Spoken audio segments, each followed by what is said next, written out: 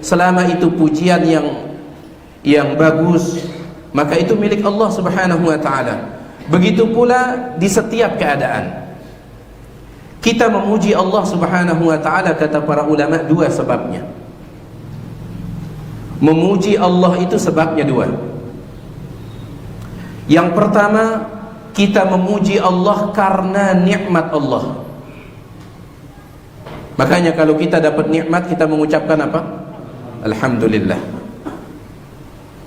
Ini sebab yang pertama untuk memuji Allah. Kita memuji Allah karena nikmatnya. Sedangkan yang kedua, kita memuji Allah karena kesempurnaan Allah. Karena kesempurnaan Allah. Bahkan seandainya Allah menurunkan musibah kepada kita, kita tetap memuji Allah Subhanahu wa taala. Kenapa? Karena Allah tetap maha sempurna. Ketika Allah Subhanahu wa taala memberikan kita ujian, Allah berkurang tidak kesempurnaannya? Tidak, Allah tetap maha sempurna. Makanya memuji Allah itu bukan hanya ketika dapat nikmat. Antum dapat musibah, tetap puji Allah Subhanahu wa taala. Karena memuji Allah, sebab yang kedua adalah karena kesempurnaan Allah Subhanahu wa taala. Makanya dalam hadis yang diriwayatkan oleh Imam Ibnu Majah, hadis ini dihasankan oleh Syalbani, Aisyah radhiyallahu anha mengatakan, kana Rasulullah sallallahu alaihi wasallam idza ra'a ma yuhibbu. Dahulu Rasulullah sallallahu alaihi wasallam, kalau beliau mendapatkan apa yang beliau sukai, yaitu nikmat. Kalau beliau mendapatkan apa yang beliau sukai, yaitu nikmat, qal, beliau mengucapkan alhamdulillah alladzi bi ni'matihi tatimmus shalihat. Antum perhatikan ucapan Nabi alaihi salatu wasallam, alhamdulillah, segala puji bagi Allah, alladzi bi ni'matihi, yang dengan nikmatnya tatimmus shalihat, amal-amal saleh menjadi sempurna. Ini ucapan Nabi alaihi salatu wasallam kalau beliau mendapatkan nikmat. Kemudian Aisyah mengatakan, wa idza ra'a ma yakrah, dan apabila Nabi mendapatkan apa yang beliau tidak sukai. Fitrah manusia tidak suka terhadap musibah. Ketika Nabi SAW mendapatkan musibah yang beliau tidak sukai, qal, beliau mengucapkan alhamdulillahi ala kulli hal, segala puji bagi Allah di setiap keadaan. Lihat, Nabi SAW mengajarkan kita untuk tetap memuji Allah. Dapat nikmat, puji Allah atas nikmatnya. Dapat musibah, puji Allah atas kesempurnaan Allah Subhanahu wa taala. Baik, jadi beliau di sini memulai syair ilmu ini dengan pujian kepada Allah. Alhamdu, segala puji di setiap keadaan, lillahi, hanya milik Allah. Al-Ali, yang maha tinggi. Para ulama kita mengatakan ketinggian Allah itu terbagi tiga. Ketinggian Allah terbagi tiga. Yang pertama disebut dengan uluwul qadar. Uluwul qadar. Sedangkan yang kedua disebut dengan uluwul qahr. Dan yang ketiga disebut dengan uluwul dzat. Yang pertama namanya uluwul qadar. Allah maha tinggi al-qadar, kemuliaannya. Allah maha tinggi kemuliaannya. Sedangkan yang kedua disebut dengan uluwul qahr. Allah maha tinggi al-qahr, kekuatannya. Yang dua ini jamaah sekalian, semua manusia sepakat. Hatta kelompok-kelompok yang di luar ahlu sunnati wal jamaah, mereka sepakat Allah yang paling tinggi kemuliaannya. Tidak ada yang lebih mulia daripada Allah, uluwul qadar. Hatta kelompok-kelompok yang menyimpang, mereka mengatakan yang paling mulia itu siapa? Allah. Ya. Kita bicara tentang kelompok Islam. Kemudian yang kedua adalah uluwul qahr, yang paling tinggi kekuatannya. Semua kelompok mengatakan yang paling kuat siapa? Allah Subhanahu wa taala. Kita bicara tentang kelompok Islam. Adapun di luar Islam ada manusia yang mengatakan bahwa ada selain Allah yang lebih kuat daripada Allah, yaitu orang Yahudi. Ya, di dalam keyakinan orang Yahudi, mereka meyakini Nabi Yakub pernah bergulat melawan Allah, kata mereka. Dan ini disebut karena di dalam kitab mereka, Nabi Yakub pernah bergulat melawan Allah dan ternyata Allah kalah, kata mereka. Kemudian Nabi Yakub meletakkan lututnya di atas dada Allah dan Allah mengatakan, "Qad, cukup Yakub, cukup Yakub." Nabi Yakub mengatakan tidak. Baik. Ini orang Yahudi, kita tidak bicara tentang mereka. Allah Subhanahu wa taala berfirman, "Wa ma qadarullaha haqqa qadrihi." Orang Yahudi tidak pernah menghormati Allah sedikit pun. Merekalah yang mengatakan yadullah maglulah, tangan Allah terbelenggu, kata mereka. Merekalah yang mengatakan innallaha faqirun wa nahnu agniya. Allah itu fakir, kere, miskin, kita yang kaya.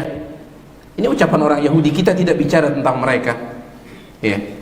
Makanya antum tidak perlu heran kalau orang Yahudi menindas umat Islam, Allah saja mereka lecehkan, apalagi manusia.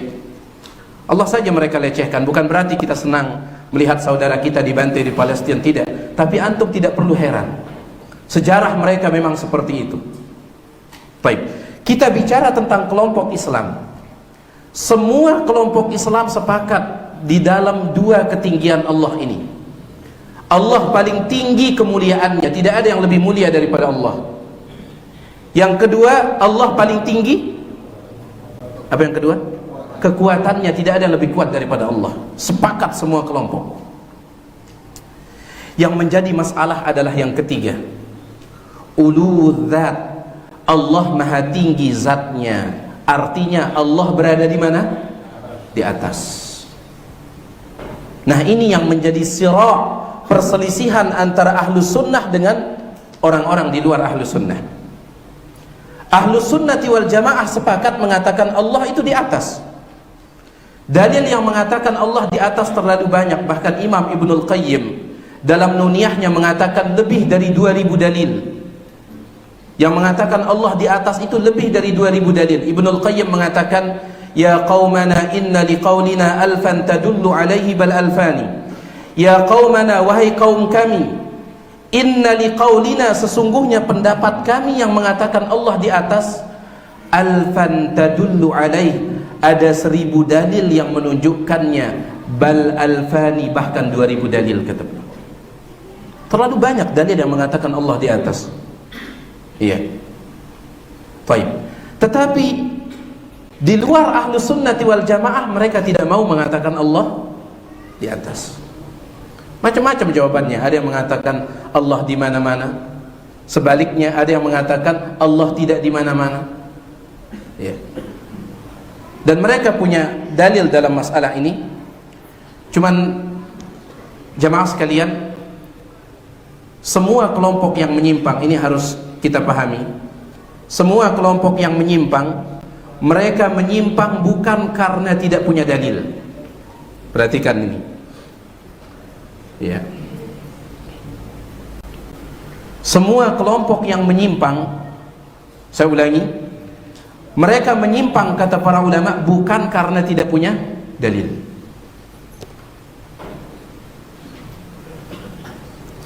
Tetapi rahasia kenapa mereka menyimpang adalah mereka berdalil dengan ayat Al-Quran atau mereka berdalil dengan hadis, tetapi ayat Al-Quran atau hadis tersebut mereka pahami dengan pemahaman sendiri. Ini yang membuat mereka menyimpang, tidak kembali kepada pemahamannya para sahabat. Antum tahu orang Syiah Rafidah, mereka mencaci maki Aisyah pakai ayat Al-Quran. Dalil mereka ayat Al-Quran. Allah Subhanahu wa taala berfirman, kata mereka, wa idh qala Musa liqaumihi innallaha ya'murukum an tadhbahu baqarah. Ingatlah ketika Musa berkata kepada kaumnya, sesungguhnya Allah memerintahkan kalian menyembelih sapi betina. Antum buka kitab tafsir orang Syiah, yang dimaksud sapi betina di sini adalah Aisyah, kata mereka. Antum buka kitab tafsir mereka, yang dimaksud dengan sapi betina dalam ayat ini adalah Aisyah. Coba, akal siapa yang bisa menerima ini? Ini kisah di zaman Nabi Musa, Aisyah jauh belum lahir. Tapi mereka bisa tafsirkan ayat ini dengan Aisyah, kata mereka. Antum bisa bayangkan. Iya. Allah Subhanahu wa taala berfirman tentang ucapan penduduk neraka. Mereka mengatakan, arinal ladzaini adallana minal jinni wal insi naj'alhuma tahta aqdamina. Ya Allah, datangkan kepada kami dua makhluk yang telah menyesatkan kami ingin menginjak-injak mereka di dalam neraka. Itu perkataan penduduk neraka yang Allah ceritakan dalam Al-Quran. Ya Allah, datangkan dua makhluk yang telah menyesatkan kami ingin menginjak-injak mereka di dalam neraka. Antum buka kitab tafsir orang Syiah, dua makhluk yang dimaksud di sini adalah Abu Bakar dan Umar, ketemu. Jadi maksud saya, kelompok yang menyimpang, mereka menyimpang bukan karena tidak punya dalil, tapi pemahaman. Ya. Orang-orang Khawarij ketika mereka memberontak kepada Ali bin Abi Thalib dalam Sahih Muslim, mereka datang memberontak kepada Ali yang menjadi pemimpin saat itu sambil membaca ayat Al-Quran, inil hukmu illa lillah, dalam surah Yusuf. Wahai Ali, tidak ada hukum kecuali milik Allah Subhanahu wa ta'ala. Mereka memberontak, mereka demo sambil bawa ayat Al-Quran. Ali bin Abi Thalib paham. Dia mengatakan sebagaimana dalam riwayat Imam Muslim, kalimatu haqqin, yang kalian ucapkan itu adalah kalimat yang benar karena itu firman Allah.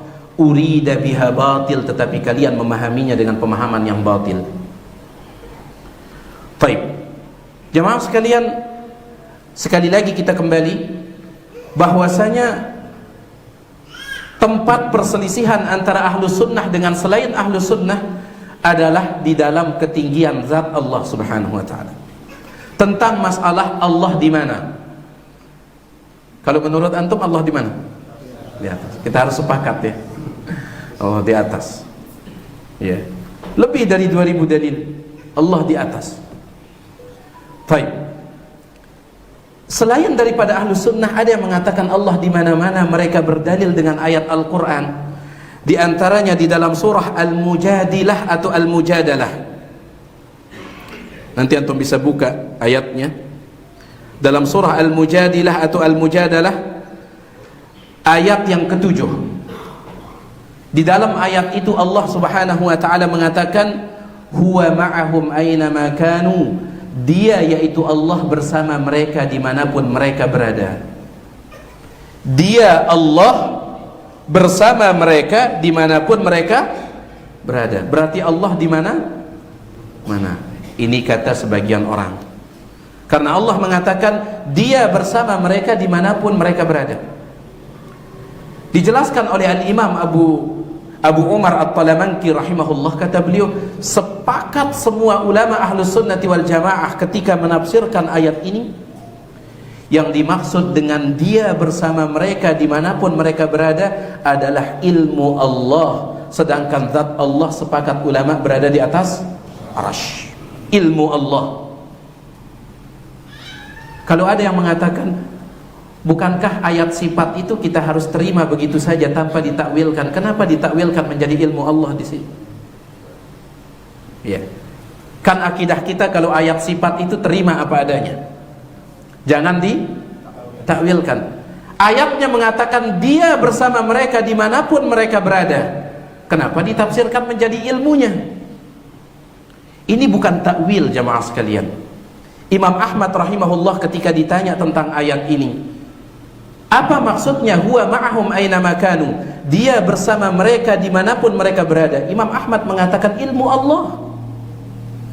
Maka beliau ditanya, dari mana antum bisa dapat tafsiran itu? Kata beliau, dari ayat itu sendiri. Silahkan baca awal ayat ini dan penutup ayat ini. Allah awali dengan ilmu Allah dan Allah tutup ayat ini dengan ilmu Allah.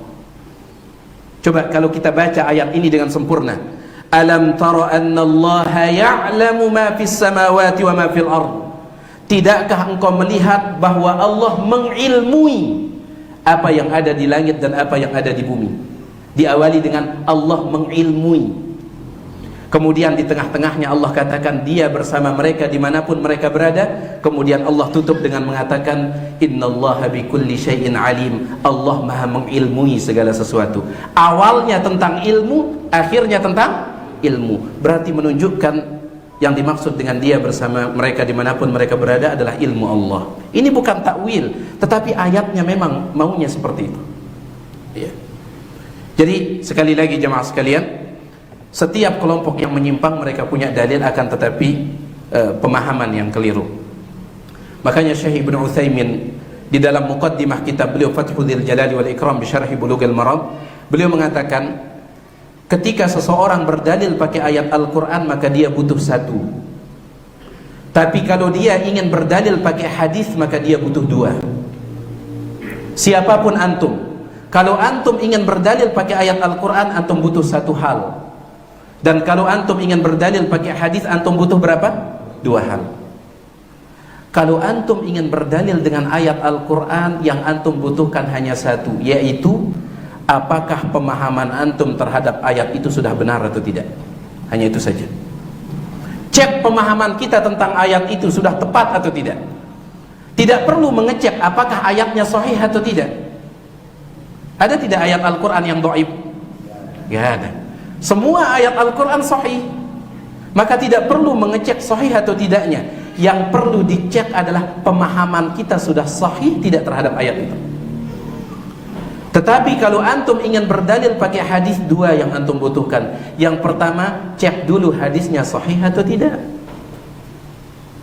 Sahih atau tidak. Kalau ternyata maudhu, palsu, ya sudah, nggak usah dibicarakan, buang saja. Kalau dhaif, singkirkan saja. Kalau sahih, maka antum pindah kepada perkara yang kedua. Apakah pemahaman antum terhadap hadis itu betul atau tidak. Jadi kalau antum ingin berdalil pakai hadis, cek dulu hadisnya sahih atau tidak. Kemudian setelah itu cek pemahaman antum tentang hadis itu sahih atau tidak. Tapi kalau ayat Al-Quran, cukup cek pemahaman antum, apakah sudah benar pemahaman antum tentang ayat itu. Ya. Baik. Kita lanjutkan. Jadi segala puji bagi Allah Al-Aliyyi yang maha tinggi. Berapa ketinggian Allah? 3. Yang pertama, tinggi dalam kemuliaan. Yang kedua, tinggi dalam kekuatan. Ini sepakat semua kelompok. Yang ketiga, tinggi di dalam zatnya, yaitu Allah berada di atas. Al-Arfaqi yang maha lembut. Maha lembut. Ya. Subhanallah, Allah itu maha lembut. Syekh Abdul Razak di dalam kitab beliau Fiqhul Asma'il Husna, beliau mengatakan di antara bentuk kelembutan Allah Subhanahu wa taala adalah terkadang Allah memberikan kita jalan keluar dari arah yang kita tidak sangka. Ya, ini di antara bentuk kelembutan Allah. Bisa jadi jalan keluar dari masalah kita adalah masalah itu sendiri. Bisa jadi. Paham antum? Ya. Kata Syekh Abdul Razak. Contoh misalkan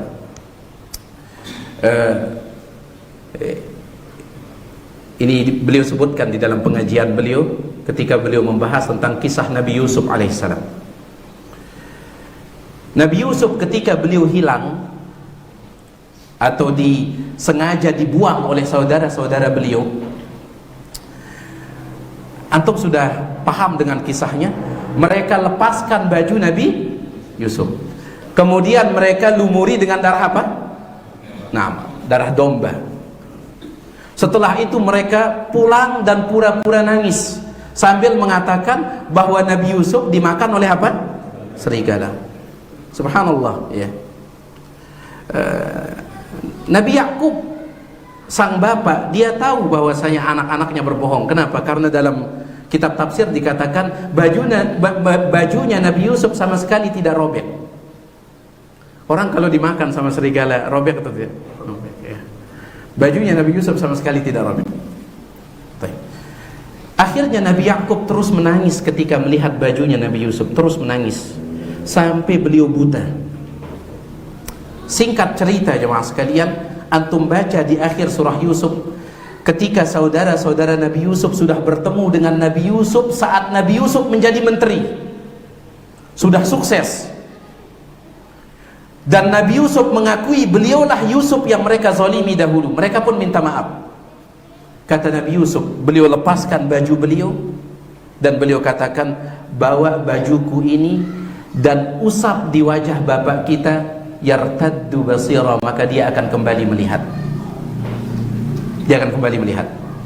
Syekh Abdul Razak ketika menjelaskan kisah ini beliau mengatakan, gara-gara bajunya Nabi Yusuf, Nabi Yakub buta, dan gara-gara bajunya Nabi Yusuf, Nabi Yakub kembali melihat. Terkadang solusi dari masalah itu ada pada masalah itu sendiri. Terkadang itu bentuk kelembutan Allah Subhanahu wa taala. Ya. Itu bentuk kelembutan Allah Subhanahu wa taala. Dalam rumah tangga misalkan seorang suami sering cekcok sama istrinya. Istrinya sering ngomel. Kenapa dia sering cekcok sama istrinya? Karena dia ladeni omelan istrinya. Bagaimana solusinya? Jangan ladeni. Itu saja solusinya. Ya, jangan ladeni. Jadi terkadang subhanallah kelembutan Allah Subhanahu wa taala. Ya. Allah itu maha lembut. Di antara kelembutannya sekali lagi, Allah terkadang memberikan kita solusi dari arah yang kita tidak sangka-sangka. Dalam satu hadis Nabi SAW menyebutkan, riwayat Imam Muslim dari Aisyah radhiyallahu anha, Nabi SAW mengatakan, innallaha rafiqun yuhibbur rifqa. Allah itu maha lembut dan Allah menyukai sikap lembut. Allah maha lembut dan Allah suka sama sikap lembut. Wa yu'ti 'ala rifqi ma la yu'ti 'ala al-unfi. Nabi SAW mengatakan, dan Allah memberikan buah yang baik, dampak yang baik, akibat yang baik gara-gara sifat lembut yang itu Allah tidak berikan kepada sifat kasar. Terkadang kalau kita bersikap lembut, akibatnya lebih bagus daripada kalau kita bersikap kasar. Antum sudah sering mendengar hadis yang diriwayatkan oleh Imam Bukhari tentang kisah seorang Arab Badui yang datang ke Masjid Nabawi kemudian kencing. Subhanallah. Ini dia kencing di dalam masjid yang satu kali sholat di sana seperti 1000 kali sholat di masjid yang lain. Antum terima tidak kalau ada orang kencing di sini? Terima. Bagaimana lagi Masjid Nabawi yang satu kali sholat di sana seperti 1000 kali sholat di sini. Itu yang dikencingi oleh Arab Badui ini. Ketika dilihat oleh para sahabat, fazajaruhu, para sahabat berdiri ingin nonjok Arab Badui ini, ingin mukul dia. Lihat sikap kasar. Wajar para sahabat marah pada saat itu. Ini masjid mulia dikencingi. Para sahabat berdiri ingin mukul Arab Badui ini. Kata Nabi SAW, da'uhu, biarkan dia. Dibiarkan selesai kencing. Setelah selesai kencing, Nabi minta seember air kemudian disiram. Setelah itu beliau panggil Arab Badui itu sini. Lalu beliau mengatakan, inna hadhil masajid la tasluhu li syai'in min hadzal bauli wal qadar. Ketahuilah bahwasanya masjid yang namanya masjid tidak dibuat untuk dikencingi.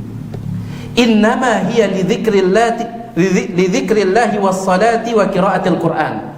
Masjid itu dibangun untuk zikir kepada Allah, untuk salat dan untuk membaca Al-Qur'an. Lembut Nabi SAW mengajarkan kepada Arab Badui ini, lembut sekali. Para sahabat mereka ingin nonjok. Selesai Arab Badui itu dinasihati dengan lembut oleh Nabi SAW. Antum perhatikan hasilnya. Arab Badui itu pun dia mengangkat tangan berdoa, Allahumma arhamni wa Muhammadan.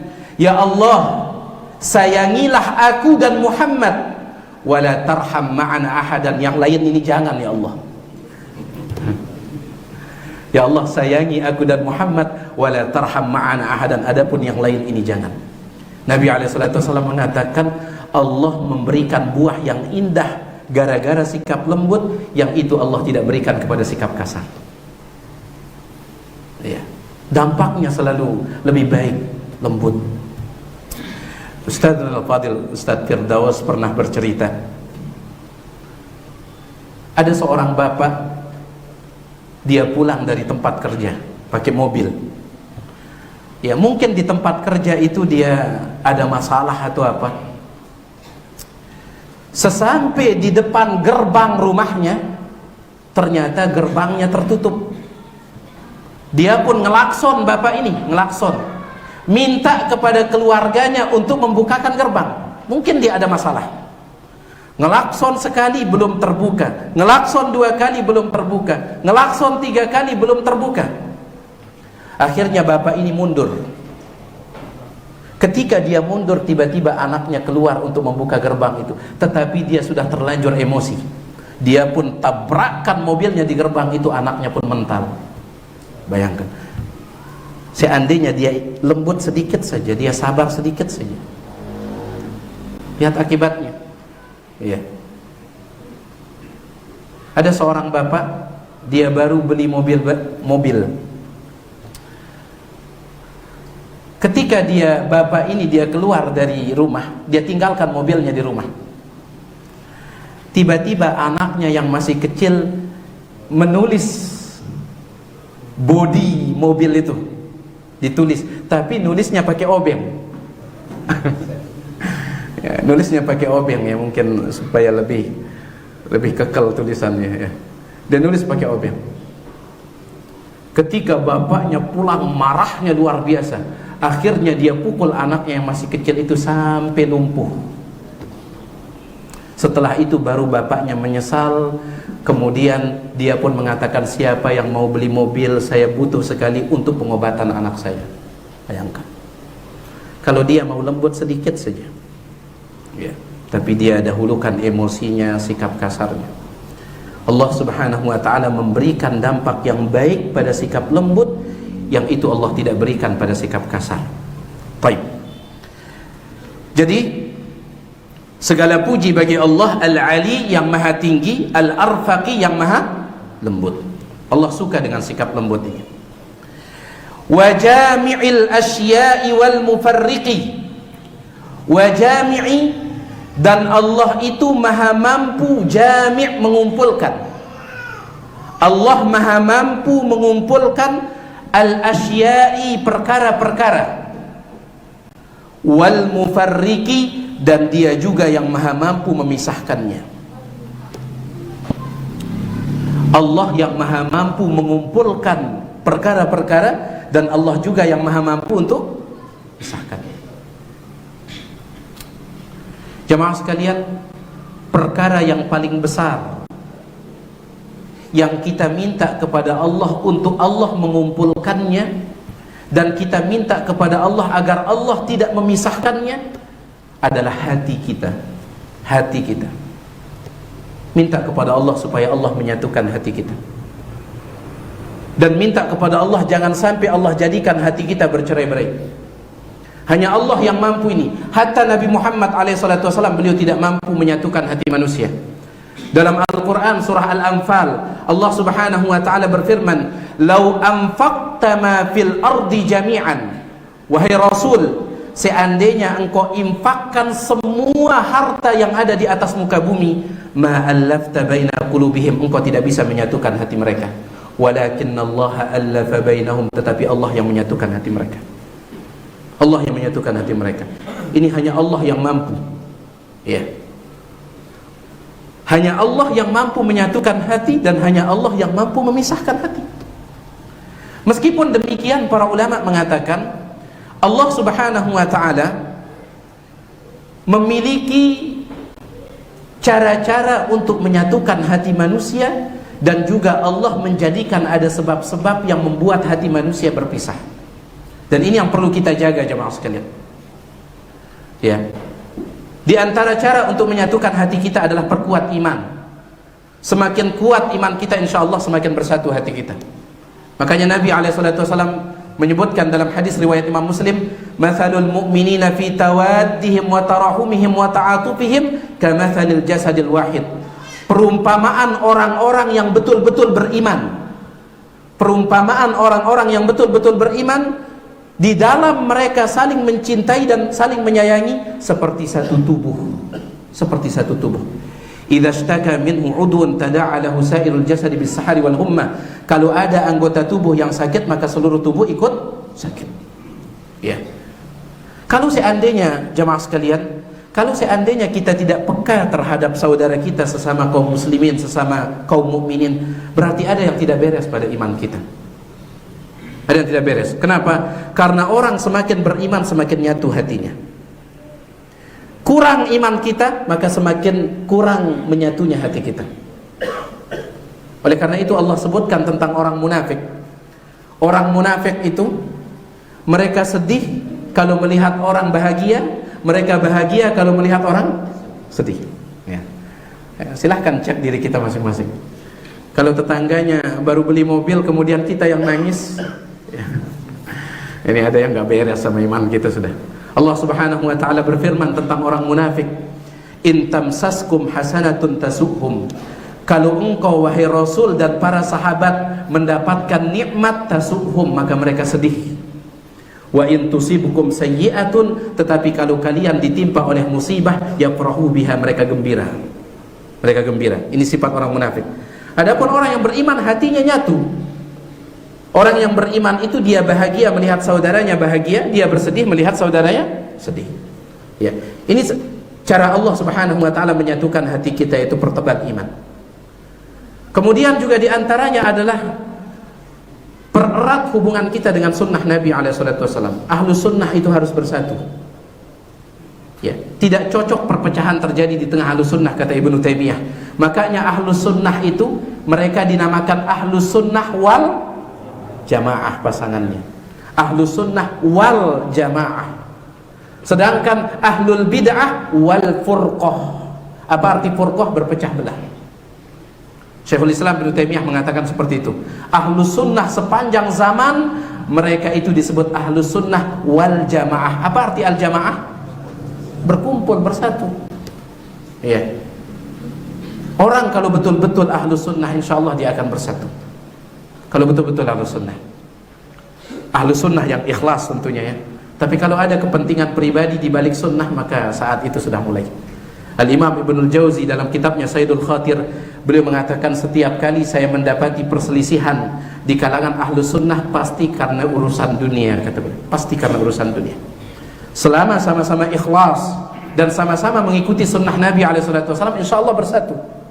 Makanya dikatakan oleh Imam Sufyan Ats-Tsauri, sebagaimana dinukilkan oleh Al-Lalikai dalam kitabnya Syarhu I'tiqadi Usuli Ahli Sunnati wal Jamaah, Al-Imam Sufyan Ats-Tsauri mengatakan, kalau engkau berjumpa dengan seorang ahlu sunnah di ujung timur, atau engkau berjumpa dengan seorang ahlu sunnah di ujung barat, fab'ath minni ilaihim assalam, sampaikan salamku kepada mereka.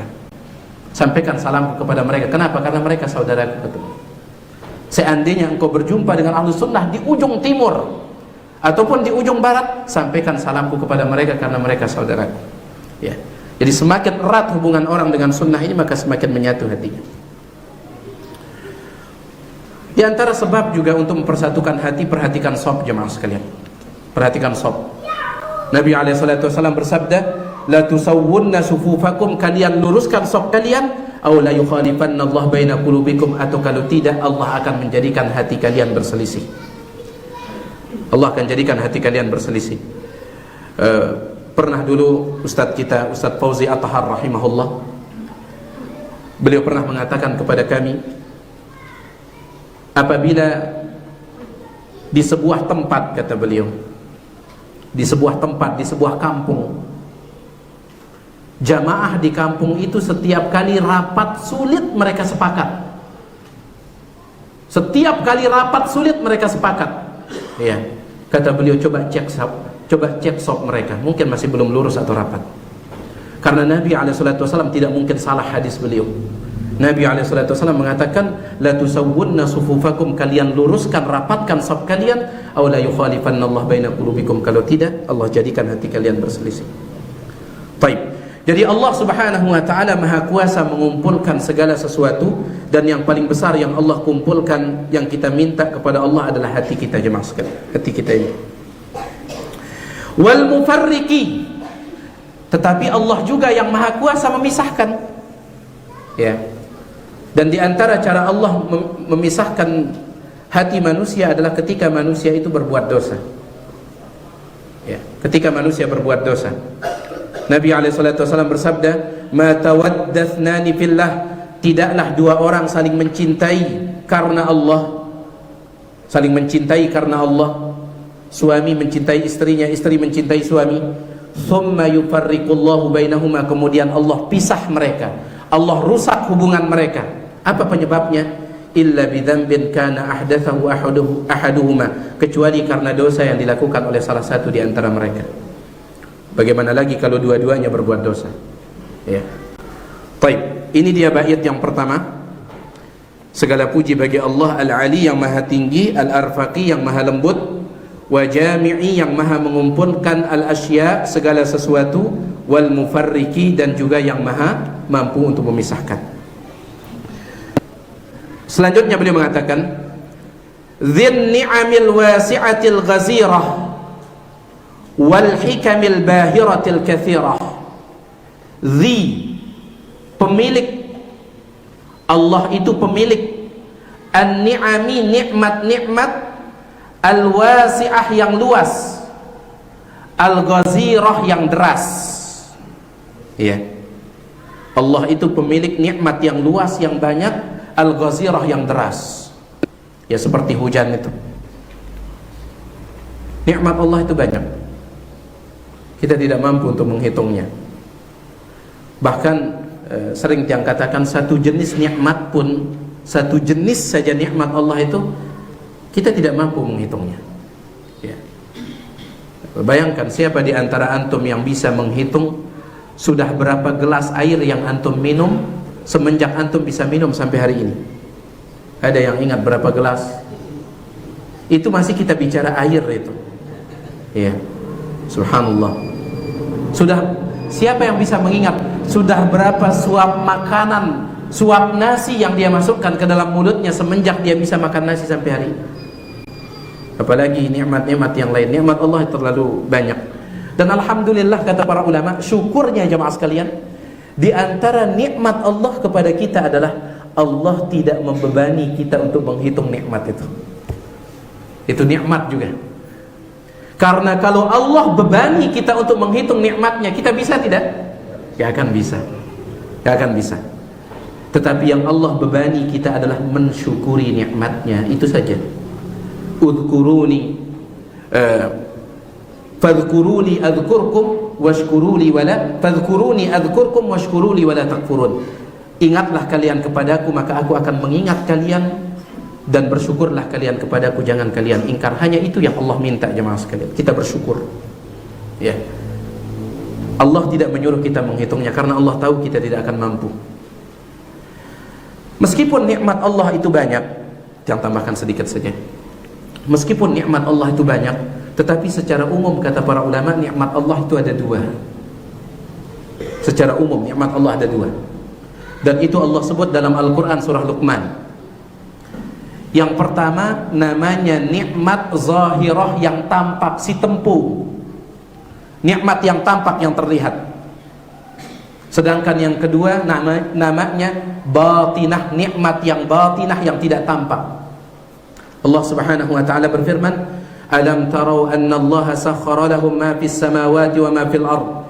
Tidakkah mereka melihat bahwa Allah telah menjadikan untuk mereka semua apa yang ada di langit dan apa yang ada di bumi. Wa asbagha alaihim ni'amahu zahiratan wa batinah.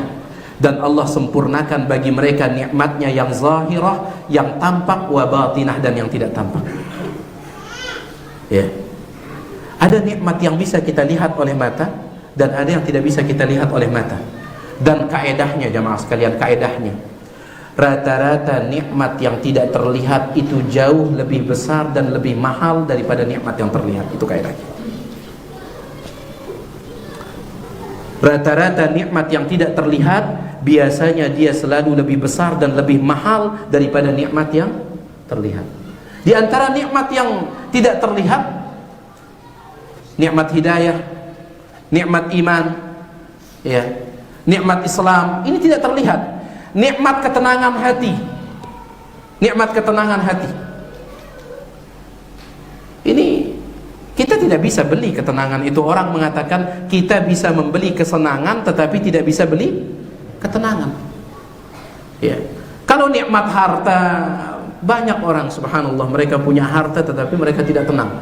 Ustaz Al Fadil, Ustaz Dr. Firanda, beliau pernah cerita ada seorang rapper.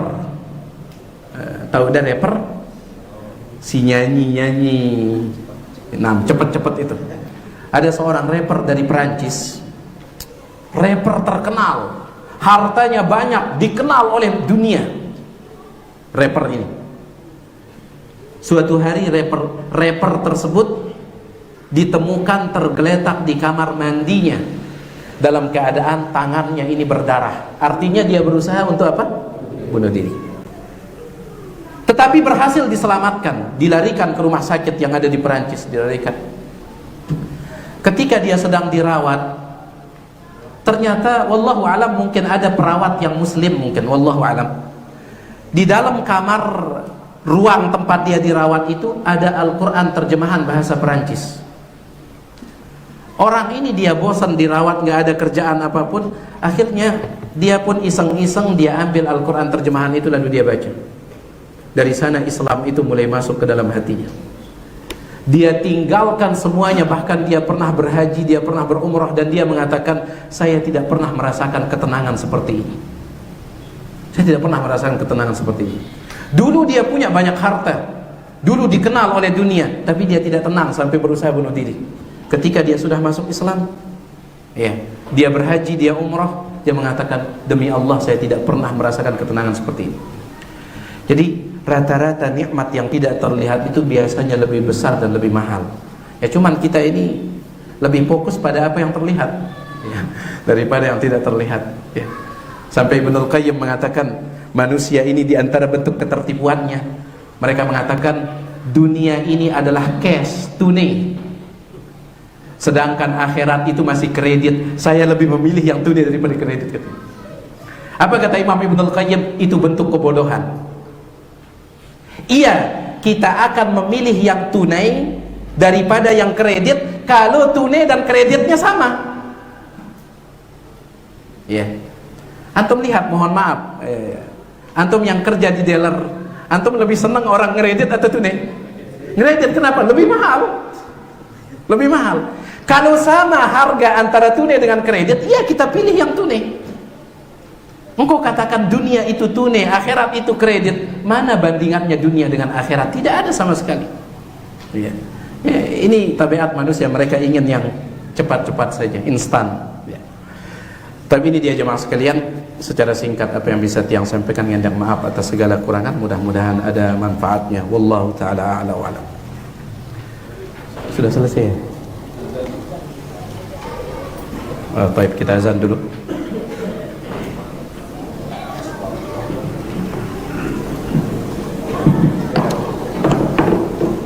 Allahu Akbar, Allahu Akbar,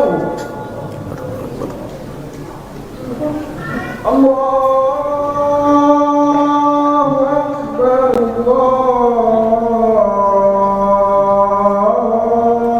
Allahu Akbar.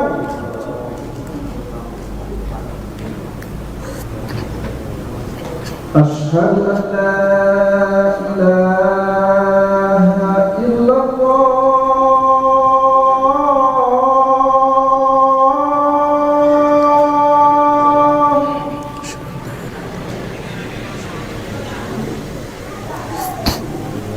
Asyhadu an